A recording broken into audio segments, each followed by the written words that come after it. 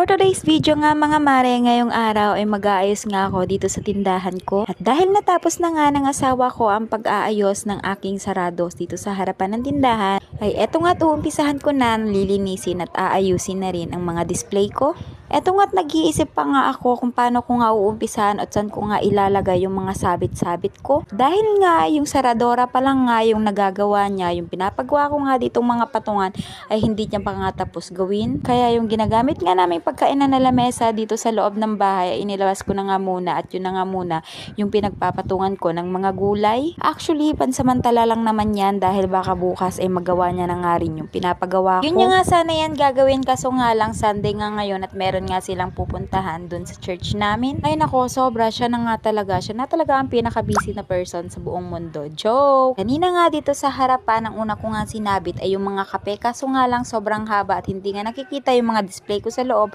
Kaya ayan, pinalitan ko na nga lang. Tapos natatawa pa nga ako dito sa sabitana na inilagay ko kasi nga tignan nyo naman naglulundoy. Kasi sabi ko nga bakal nga sana ilalagay namin dyan kaso nga lang hindi pa kami nakabili kaya ayan, ginawan ko na nga lang muna ng paraan. Pero lahat ng yan ay pansamantala lang naman kasi nga gagawin nga talaga namin yan. O ayan nga na naman ako, umiiral nga na naman ang kalikutan ng isip ko.